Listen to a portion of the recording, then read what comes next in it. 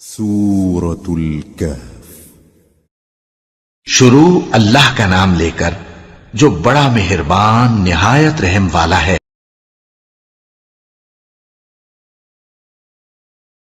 سب تعریف خدا ہی کو ہے جس نے اپنے بندے محمد صلی اللہ علیہ وآلہ وسلم پر یہ کتاب نازل کی اور اس میں کسی طرح کی کجی اور پیچیدگی نہ رکھی، بلکہ سیدھی اور سلیس اتاری تاکہ لوگوں کو عذاب سخت سے جو اس کی طرف سے آنے والا ہے ڈرائے، اور مومنوں کو جو نیک عمل کرتے ہیں خوشخبری سنائے کہ ان کے لیے ان کے کاموں کا نیک بدلہ یعنی بہشت ہے جس میں وہ ابد الآباد رہیں گے، اور ان لوگوں کو بھی ڈرائے جو کہتے ہیں کہ خدا نے کسی کو بیٹا بنا لیا ہے، ان کو اس بات کا کچھ بھی علم نہیں اور نہ ان کے باپ دادا ہی کو تھا۔ یہ بڑی سخت بات ہے جو ان کے منہ سے نکلتی ہے، اور کچھ شک نہیں کہ یہ جو کچھ کہتے ہیں محض جھوٹ ہے۔ اے پیغمبر صلی اللہ علیہ وآلہ وسلم، اگر یہ اس کلام پر ایمان نہ لائیں تو شاید تم ان کے پیچھے رنج کر کر کے اپنے تئیں ہلاک کر دو گے۔ جو چیز زمین پر ہے ہم نے اس کو زمین کے لیے آرائش بنایا ہے تاکہ لوگوں کی آزمائش کریں کہ ان میں کون اچھے عمل کرنے والا ہے، اور جو چیز زمین پر ہے ہم اس کو نابود کر کے بنجر میدان کر دیں گے۔ کیا تم خیال کرتے ہو کہ غار اور لوح والے ہماری نشانیوں میں سے عجیب تھے؟ جب وہ جوان غار میں جا رہے تو کہنے لگے کہ اے ہمارے پروردگار، ہم پر اپنے ہاتھ سے رحمت نازل فرما اور ہمارے کام میں درستی کے سامان مہیا کر۔ تو ہم نے غار میں کئی سال تک ان کے کانوں پر نیند کا پردہ ڈالے یعنی ان کو سلائے رکھا، پھر ان کو جگہ اٹھایا تاکہ معلوم کریں کہ جتنی مدت وہ غار میں رہے دونوں جماعتوں میں سے اس کی مقدار کس کو خوب یاد ہے۔ ہم ان کے حالات تم سے صحیح بیان کرتے ہیں۔ وہ کئی جوان تھے جو اپنے پروردگار پر ایمان لائے تھے، اور ہم نے ان کو اور زیادہ ہدایت دی تھی، اور ان کے دلوں کو مربوط یعنی مضبوط کر دیا۔ جب وہ اٹھ کھڑے ہوئے تو کہنے لگے کہ ہمارا پروردگار آسمانوں اور زمین کا مالک ہے، ہم اس کے سوا کسی کو معبود سمجھ کر نہ پکاریں گے۔ اگر ایسا کیا تو اس وقت ہم نے بعید از عقل بات کہی۔ ان ہماری قوم کے لوگوں نے اس کے سوا اور معبود بنا رکھے ہیں، بھلا یہ ان کے خدا ہونے پر کوئی کھلی دلیل کیوں نہیں لاتے؟ تو اس سے زیادہ کون ظالم ہے جو خدا پر جھوٹ افطرا کرے؟ اور جب تم نے ان مشرکوں سے اور جن کو یہ خدا کے سوا عبادت کرتے ہیں ان سے کنارہ کر لیا ہے تو غار میں چل رہو، تمہارا پروردگار تمہارے لیے اپنی رحمت وسیع کر دے گا اور تمہارے کاموں میں آسانی کے سامان مہیا کرے گا۔ اور جب سورج نکلے تو تم دیکھو کہ دھوپ ان کے غار سے داہنی طرف سمٹ جائے، اور جب غروب ہو تو ان سے بائیں طرف کترا جائے، اور وہ اس کے میدان میں تھے۔ یہ خدا کی نشانیوں میں سے ہیں، جس کو خدا ہدایت دے وہ ہدایت یاب ہے، اور جس کو گمراہ کرے تو تم اس کے لیے کوئی دوست راہ بتانے والا نہ پاؤ گے۔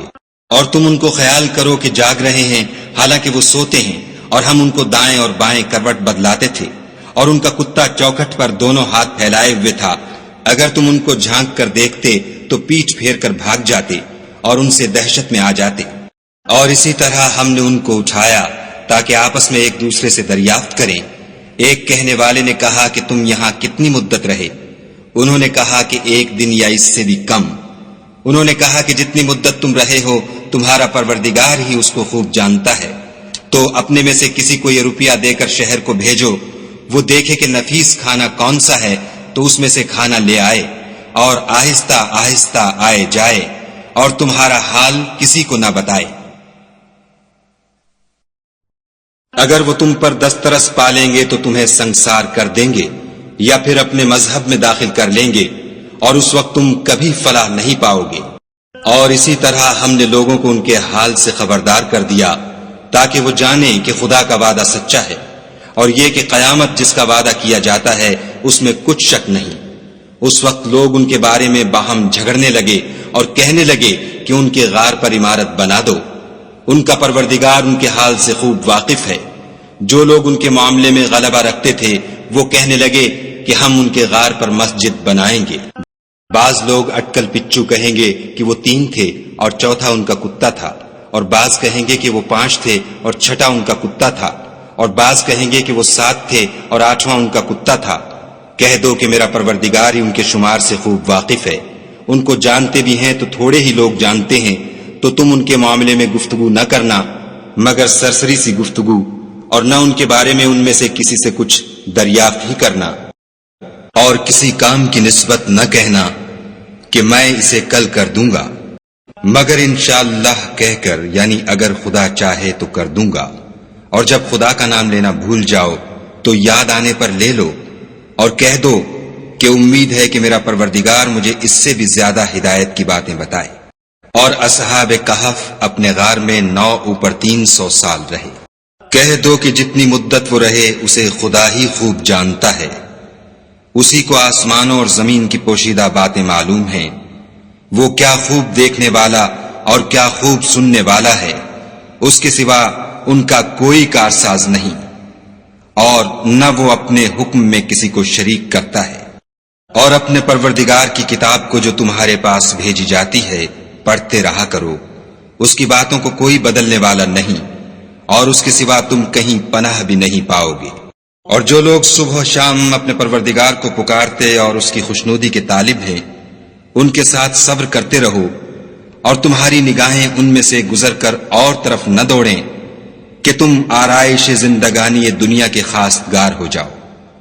اور جس شخص کے دل کو ہم نے اپنی یاد سے غافل کر دیا ہے اور وہ اپنی خواہش کی پیروی کرتا ہے اور اس کا کام حد سے بڑھ گیا ہے، اس کا کہا نہ ماننا۔ اور کہہ دو کہ لوگو یہ قرآن تمہارے پروردگار کی طرف سے برحق ہے، تو جو چاہے ایمان لائے اور جو چاہے کافر رہے۔ ہم نے ظالموں کے لیے دوزخ کی آگ تیار کر رکھی ہے جس کی قناتیں ان کو گھیر رہی ہوں گی، اور اگر فریاد کریں گے تو ایسے کھولتے ہوئے پانی سے ان کی دادرسی کی جائے گی جو پگھلے ہوئے تانبے کی طرح گرم ہوگا، اور جو منہوں کو بھون ڈالے گا ان کے پینے کا پانی بھی برا اور آرام گاہ بھی بری۔ اور جو ایمان لائے اور کام بھی نیک کرتے رہے تو ہم نیک کام کرنے والوں کا اجر ضائع نہیں کرتے۔ ایسے لوگوں کے لیے ہمیشہ رہنے کے باغ ہیں جن میں ان کے محلوں کے نیچے نہریں بہ رہی ہیں، ان کو وہاں سونے کے کنگن پہنائے جائیں گے، اور وہ باریک دیبا اور اطلس کے سبز کپڑے پہنا کریں گے، اور تختوں پر تکیے لگا کر بیٹھا کریں گے۔ کیا خوب بدلہ اور کیا خوب آرام گاہ ہے۔ اور ان سے 2 شخصوں کا حال بیان کرو جن میں سے ایک کو ہم نے انگور کے 2 باغ عنایت کیے تھے اور ان کے گردا گرد کھجوروں کے درخت لگا دیے تھے اور ان کے درمیان کھیتی پیدا کر دی تھی۔ دونوں باغ کثرت سے پھل لاتے اور اس کی پیداوار میں کسی طرح کی کمی نہ ہوتی، اور دونوں میں ہم نے ایک نہر بھی جاری کر رکھی تھی۔ اور اس طرح اس شخص کو ان کی پیداوار ملتی رہتی تھی۔ تو ایک دن جب کہ وہ اپنے دوست سے باتیں کر رہا تھا، کہنے لگا کہ میں تم سے مال و دولت میں بھی زیادہ ہوں اور جتھے اور جماعت کے لحاظ سے بھی زیادہ عزت والا ہوں، اور ایسی شیخیوں سے اپنے حق میں ظلم کرتا ہوا اپنے باغ میں داخل ہوا۔ کہنے لگا کہ میں نہیں خیال کرتا کہ یہ باغ کبھی تباہ ہو، اور نہ خیال کرتا ہوں کہ قیامت برپا ہو، اور اگر میں اپنے پروردگار کی طرف لوٹایا بھی جاؤں تو وہاں ضرور اس سے اچھی جگہ پاؤں گا۔ تو اس کا دوست جو اس سے گفتگو کر رہا تھا کہنے لگا کہ کیا تم اس خدا سے کفر کرتے ہو جس نے تم کو مٹی سے پیدا کیا، پھر نطفے سے، پھر تمہیں پورا مرد بنایا؟ مگر میں تو یہ کہتا ہوں کہ خدا ہی میرا پروردگار ہے، اور میں اپنے پروردگار کے ساتھ کسی کو شریک نہیں کرتا۔ اور بھلا جب تم اپنے باغ میں داخل ہوئے تو تم نے ماشاء اللہ لا قوت الا باللہ کیوں نہ کہا، اگر تم مجھے مال و اولاد میں اپنے سے کمتر دیکھتے ہو؟ تو عجب نہیں کہ میرا پروردگار مجھے تمہارے باغ سے بہتر عطا فرمائے، اور اس تمہارے باغ پر آسمان سے آفت بھیج دے تو وہ صاف میدان ہو جائے، یا اس کی نہر کا پانی گہرا ہو جائے تو پھر تم اسے نہ لا سکو، اور اس کے میووں کو عذاب نے آ گھیرا اور وہ اپنی چھتریوں پر گر کر رہ گیا، تو جو مال اس نے اس پر خرچ کیا تھا اس پر حسرت سے ہاتھ ملنے لگا اور کہنے لگا کہ کاش میں اپنے پروردگار کے ساتھ کسی کو شریک نہ بناتا۔ اس وقت خدا کے سوا کوئی جماعت اس کی مددگار نہ ہوئی اور نہ وہ بدلہ لے سکا۔ یہاں سے ثابت ہوا کہ حکومت سب خدائے برحق کی ہے، اسی کا صلہ بہتر اور اسی کا بدلہ اچھا ہے۔ اور ان سے دنیا کی زندگی کی مثال بھی بیان کر دو، وہ ایسی ہے جیسے پانی جسے ہم نے آسمان سے برسایا تو اس کے ساتھ زمین کی رویدگی مل گئی، پھر وہ چورا چورا ہو گئی کہ ہوائیں اسے اڑاتی پھرتی ہیں، اور خدا تو ہر چیز پر قدرت رکھتا ہے۔ مال اور بیٹے تو دنیا کی زندگی کی رونق و زینت ہیں، اور نیکیاں جو باقی رہنے والی ہیں وہ ثواب کے لحاظ سے تمہارے پروردگار کے ہاں بہت اچھی اور امید کے لحاظ سے بہت بہتر ہیں۔ اور جس دن ہم پہاڑوں کو چلائیں گے اور تم زمین کو صاف میدان دیکھو گے اور ان لوگوں کو ہم جمع کر لیں گے تو ان میں سے کسی کو بھی نہیں چھوڑیں گے، اور سب تمہارے پروردگار کے سامنے صف باندھ کر لائے جائیں گے، تو ہم ان سے کہیں گے کہ جس طرح ہم نے تم کو پہلی بار پیدا کیا تھا اسی طرح آج تم ہمارے سامنے آئے، لیکن تم نے تو یہ خیال کر رکھا تھا کہ ہم نے تمہارے لیے قیامت کا کوئی وقت مقرر ہی نہیں کیا۔ اور عملوں کی کتاب کھول کر رکھی جائے گی تو تم گناہگاروں کو دیکھو گے کہ جو کچھ اس میں لکھا ہوگا اس سے ڈر رہے ہوں گے، اور کہیں گے ہائے شامت، یہ کیسی کتاب ہے کہ نہ چھوٹی بات کو چھوڑتی ہے نہ بڑی کو، کوئی بات بھی نہیں مگر اسے لکھ رکھا ہے، اور جو عمل کیے ہوں گے سب کو حاضر پائیں گے، اور تمہارا پروردگار کسی پر ظلم نہیں کرے گا۔ اور جب ہم نے فرشتوں کو حکم دیا کہ آدم کو سجدہ کرو تو سب نے سجدہ کیا مگر ابلیس نے نہ کیا، وہ جنات میں سے تھا تو اپنے پروردگار کے حکم سے باہر ہو گیا۔ کیا تم اس کو اور اس کی اولاد کو میرے سوا دوست بناتے ہو، حالانکہ وہ تمہارے دشمن ہیں، اور شیطان کی دوستی ظالموں کے لیے خدا کی دوستی کا برا بدل ہے۔ میں نے ان کو نہ تو آسمانوں اور زمین کے پیدا کرنے کے وقت بلایا تھا اور نہ خود ان کے پیدا کرنے کے وقت، اور میں ایسا نہ تھا کہ گمراہ کرنے والوں کو مددگار بناتا۔ اور جس دن خدا فرمائے گا کہ اب میرے شریکوں کو جن کی نسبت تم گمان الوہیت رکھتے تھے بلاؤ، تو وہ ان کو بلائیں گے مگر وہ ان کو کچھ جواب نہ دیں گے، اور ہم ان کے بیچ میں ایک ہلاکت کی جگہ بنا دیں گے۔ اور گناہ گار لوگ دوزخ کو دیکھیں گے تو یقین کر لیں گے کہ وہ اس میں پڑنے والے ہیں، اور اس سے بچنے کا کوئی رستہ نہ پائیں گے۔ اور ہم نے اس قرآن میں لوگوں کے سمجھانے کے لیے طرح طرح کی مثالیں بیان فرمائی ہیں، لیکن انسان سب چیزوں سے بڑھ کر جھگڑالو ہے۔ اور لوگوں کے پاس جب ہدایت آ گئی تو ان کو کس چیز نے منع کیا کہ ایمان لائیں اور اپنے پروردگار سے بخشش مانگے، بجز اس کے کہ اس بات کے منتظر ہوں کہ انہیں بھی پہلوں کا سا معاملہ پیش آئے یا ان پر عذاب سامنے موجود ہو۔ اور ہم جو پیغمبروں کو بھیجا کرتے ہیں تو صرف اس لیے کہ لوگوں کو خدا کی نعمتوں کی خوشخبریاں سنائیں اور عذاب سے ڈرائیں، اور جو کافر ہیں وہ باطل کی سند سے جھگڑا کرتے ہیں تاکہ اس سے حق کو پھسلا دیں،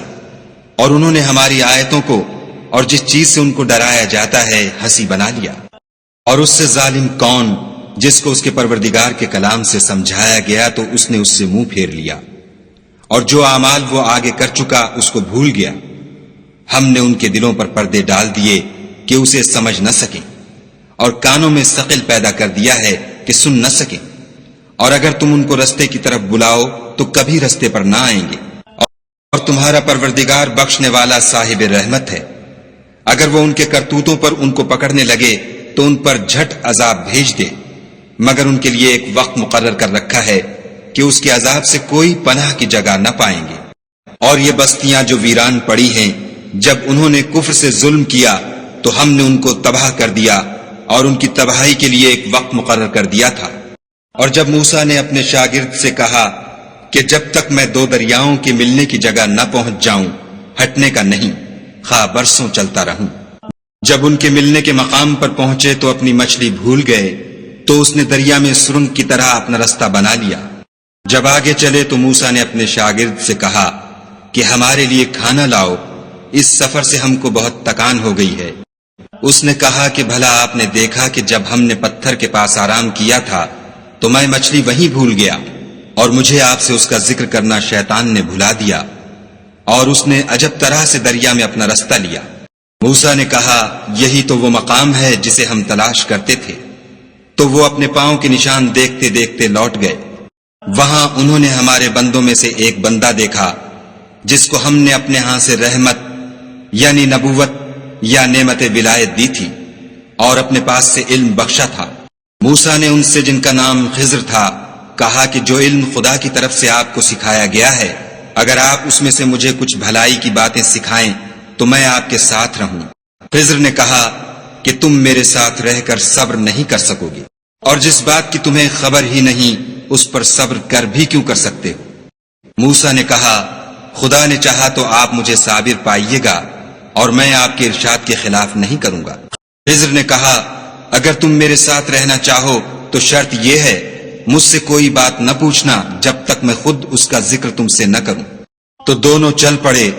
یہاں تک کہ جب کشتی میں سوار ہوئے تو خضر نے کشتی کو پھاڑ ڈالا۔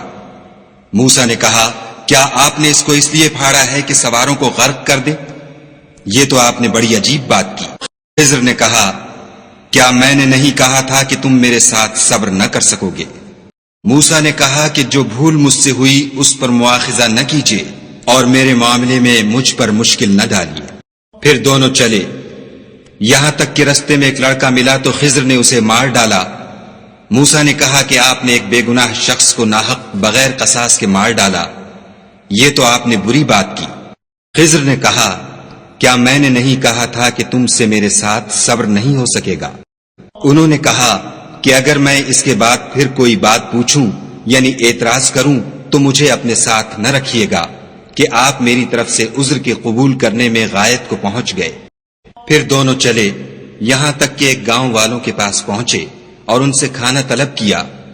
انہوں نے ان کی ضیافت کرنے سے انکار کیا۔ پھر انہوں نے وہاں ایک دیوار دیکھی جو جھک کر گرا چاہتی تھی تو خضر نے اس کو سیدھا کر دیا۔ موسیٰ نے کہا کہ اگر آپ چاہتے تو ان سے اس کا معاوضہ لیتے تاکہ کھانے کا کام چلتا۔ خضر نے کہا کہ اب مجھ میں اور تم میں علیحدگی،